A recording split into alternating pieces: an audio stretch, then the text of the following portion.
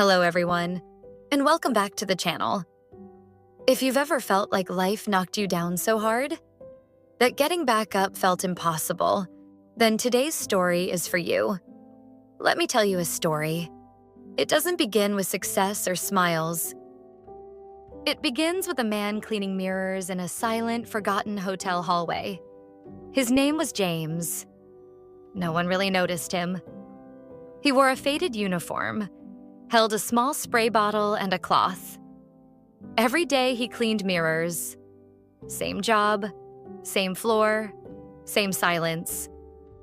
But what no one knew was that James used to be a mathematics professor. He once had a good life, a steady job, a family, respect. But bad choices tore it all apart. Pride, gambling, ego.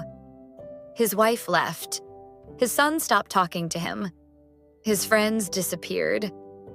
And just like that, everything was gone. Except for one thing, his reflection. He cleaned mirrors for years, and every day he looked into them and thought, "What happened to you?" But one morning, something shifted. He looked into the mirror, and for the first time in years, he didn't just see a tired man. He saw a small spark, a fire. It wasn't loud, but it was there. "You're not done," he whispered to himself. "You've fallen, but you're not finished." That very day after his shift, James walked to a nearby school. He asked if they needed help, any kind of help. They laughed at first, but he said, "I used to teach math. I can tutor. No payment. Just let me try." They gave him 1 hour, one student, one subject.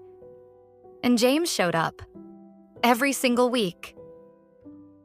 Word spread. More students asked for James.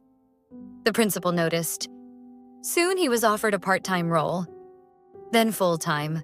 But even as he returned to teaching, James never stopped cleaning mirrors. When someone asked him why, he simply said, "Because every time I clean a mirror, I remember the man who lost everything. And I remember the man who chose to rise anyway." This story isn't about fame. It's not about applause. It's about courage, quiet courage.